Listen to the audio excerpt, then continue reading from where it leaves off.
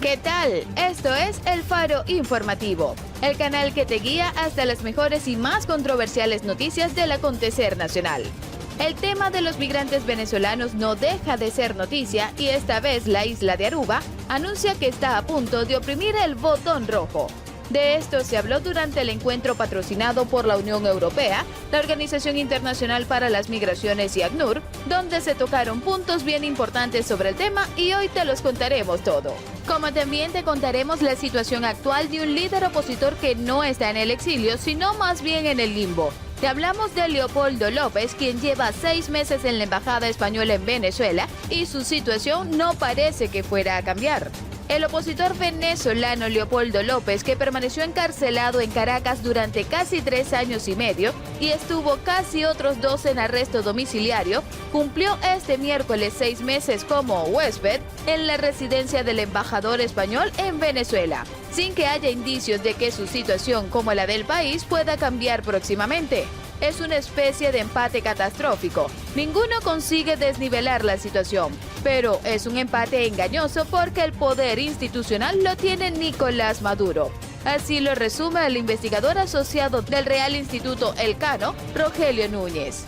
A principios de junio, Tintori, que tiene pasaporte italiano, viajó con la niña a Madrid, donde ya se encontraban sus 2 hijos mayores. Sin embargo, López sigue en la residencia del embajador español en las mismas condiciones en las que entró hace 6 meses, es decir, como huésped del embajador Jesús Silva y con una limitación de actividad política, recuerdan fuentes diplomáticas a Europa Press.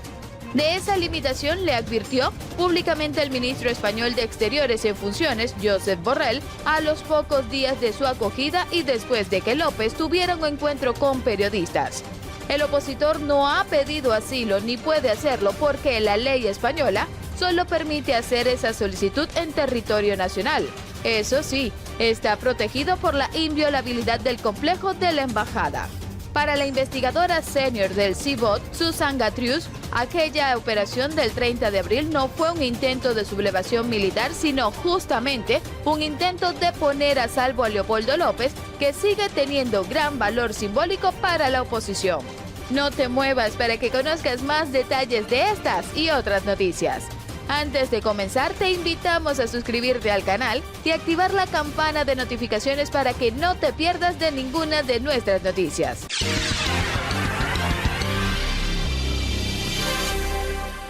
Bruselas acogió esta semana a 120 delegaciones internacionales en una conferencia de solidaridad con los refugiados y migrantes venezolanos. Aunque no era una conferencia de donantes, un apoyo de 120 millones de euros fue uno de los resultados. Otro fue la promesa de la creación de un grupo internacional de amigos del proceso de Quito y la organización de una pronta conferencia de donantes. Durante el encuentro patrocinado por la Unión Europea, la Organización Internacional para las Migraciones y ACNUR, la Agencia de Naciones Unidas para los Refugiados, se subrayó la generosidad de los países de la región y su política de brazos abiertos. El foco fue puesto especialmente en Colombia, Ecuador y Perú, los países que más migrantes y refugiados venezolanos registran. Pero, ¿por qué no hablamos de mi país, Aruba, de Santo Domingo y las otras islas? Se pregunta Wilfred Becerril, ministro plenipotenciario ante el Reino de los Países Bajos. Aruba, país autónomo que forma parte de los Países Bajos, en este momento registra 16.000 venezolanos. En términos absolutos, esta cifra es ínfima comparada con los 1.7 millones de venezolanos que se encuentran en este momento en territorio colombiano. No obstante, en una isla de 180 kilómetros cuadrados con una población de 120.000 habitantes, esta inmigración pone una presión muy grande sobre Aruba. Sigue Becerril.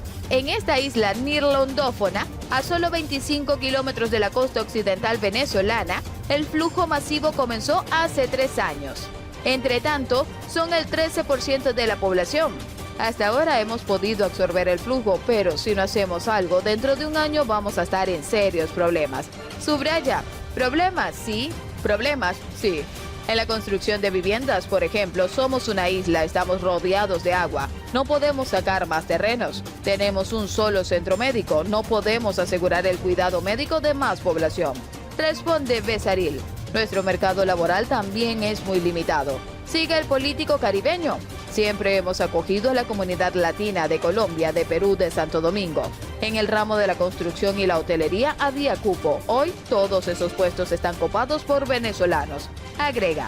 Por ser miembro de los Países Bajos, Aruba ha tenido otras fuentes de asistencia, tanto técnica como de seguridad. No obstante, la situación para la isla puede volverse insostenible.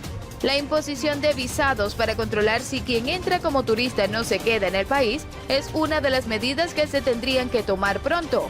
Necesitamos más asistencia, reclama Becerril. Que Perú anuncie que tiene capacidad para incorporar 18.000 médicos venezolanos una vez equiparados los títulos es para Becerril una buena medida. Lamentablemente ese no es el caso en su país. El primer flujo migratorio de la gente más preparada lo han recibido los países vecinos, muy en especial Colombia, Panamá, Miami y Nueva York, Texas en Estados Unidos. A nosotros nos ha tocado la segunda fase. Estamos ante gente desesperada, no necesariamente no preparada, que pide ayuda a gritos y hasta ahora los hemos acogido, pero estamos llegando a un punto en que no podemos más. Apunta. En la coordinación regional se tiene en cuenta la desproporción en las capacidades de los países de acogida. El proceso de Quito tiene una mirada holística del proceso de desplazamiento venezolano. Responde a DIVIU Osmar Alza, director de Asuntos Internacionales de la Dirección Nacional de Migraciones de Argentina. Si se tienen en cuenta estos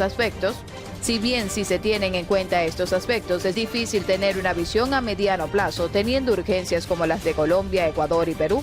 Comenta Alza. Su país fue la sede del último encuentro regional. Con su tradición de migración, Argentina tiene mucha capacidad técnica. Los últimos 3 años concedimos 800.000 nacionalizaciones con plenos derechos. De ellos, 170.000 fueron a venezolanos. Agrega Alza. No obstante, aunque estén mejor preparados para enfrentar la crisis migratoria, Alza subraya la necesidad de aumentar la ayuda y la cooperación internacional. La crisis es muy grande. La relocalización de los refugiados es una de las tantas opciones que vemos como posible salida. Comenta Becerril. Pero para eso y para muchas cosas necesitamos ayuda internacional. Estamos a punto de apretar el botón rojo. Concluye. Por otra parte, para la embajadora en Bélgica, Mari Ponte, las naciones del mundo y los organismos internacionales deben estar claros que el primer paso para buscar solucionar la migración de venezolanos corresponde a la salida de Nicolás Maduro del poder y que hacia allá deben orientarse todos los esfuerzos. La representante diplomática de Venezuela ante Bélgica agradeció asimismo el interés demostrado por las naciones europeas y los organismos internacionales en la búsqueda de soluciones ante el problema que se confronta con la crisis de refugiados y migrantes de Venezuela.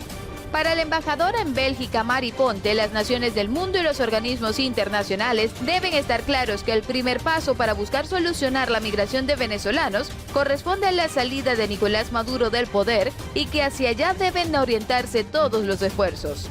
La representante diplomática de Venezuela ante Bélgica agradeció asimismo el interés demostrado por las naciones europeas y los organismos internacionales en la búsqueda de soluciones ante el problema que se confronta con la crisis de refugiados y migrantes de Venezuela, aunque sin dejar de destacar que los organismos internacionales deben abocarse a la solución de la problemática real, que es la violación de los derechos humanos de un gobierno usurpador y de generar mecanismos de solución ante la problemática raíz que es la narcotiranía, para de esta forma poder frenar el éxodo de venezolanos. Así lo reseñó en Centro de Comunicación Nacional. Destacó Ponte que en este contexto se reconoció que la severa y complicada crisis política, socioeconómica y de derechos humanos en Venezuela ha producido una de las más serias situaciones de desplazamiento en todo el mundo. El flujo de personas continúa constante mientras que los recursos y medios de financiamiento se encuentran muy por debajo de las necesidades de esta población en minusvalía. Otro tipo de exilio es el que está sometido desde hace 6 meses el líder opositor Leopoldo López. La decisión de acoger a López en la embajada supuso un paso más en la excepcionalidad que rige las relaciones diplomáticas entre España y Venezuela desde principios de este año. España, como la mayor parte de los países de la Unión Europea, no reconoce el mandato de Maduro que comenzó el 10 de enero porque no vio democráticas las elecciones de 2018 y ello le llevó a reconocer a Juan Guaidó como presidente encargado. Eso sí, Poco después, Guaidó nombró a un embajador para España, Antonio Ecarri, al que el gobierno ha dado estatus de representante personal, mientras mantiene la acreditación diplomática a Mario Isea, el nombrado por Maduro.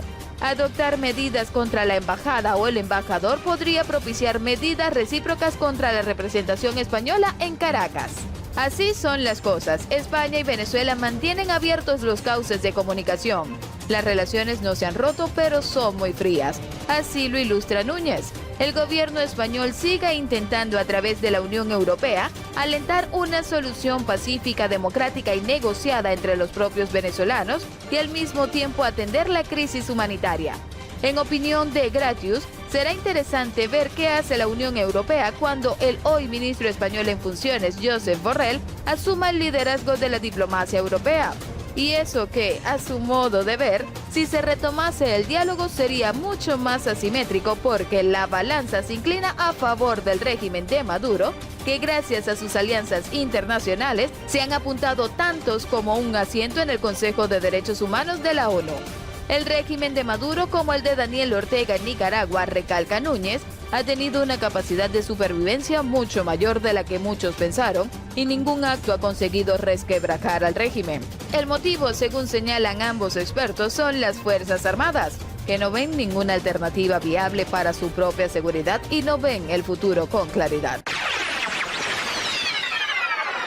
Y con esto finalizamos por el día de hoy. Hasta luego.